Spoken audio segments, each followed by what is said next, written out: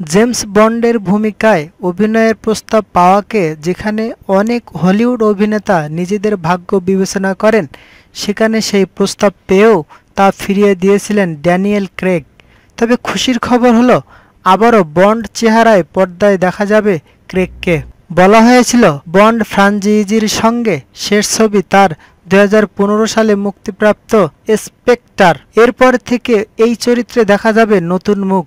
Daniel নিজে বলেছিলেন আর কোনো বন্ড সিরিজে কাজ করবেন না তিনি। নতুন খবর, বন্ড সিরিজের পরবর্তী সিকুয়ালের জন্য চুক্তিবদ্ধ হলেন ক্রেগ। বন্ড সিরিজের 25তম ছবিটিতে বন্ড চরিত্রে পঞ্চমবারের মতো পর্দায় দেখা যাবে ড্যানিয়েল ক্রেইগকে। শুধু তাই নয়, পরবর্তীতে এই সিকুয়ালটির মূল গানের গায়িকা হিসেবে থাকবেন তারকা অ্যাডেল। বন্ডের চরিত্রে ক্রেইগের ফিরে আসায় খুশি বন্ড সিরিজের ভক্তরা। ড্যানিয়েলের প্রত্যাবর্তনের সিদ্ধান্তে দারুণ খুশি ছবিটির নির্মাতা প্রতিষ্ঠানও।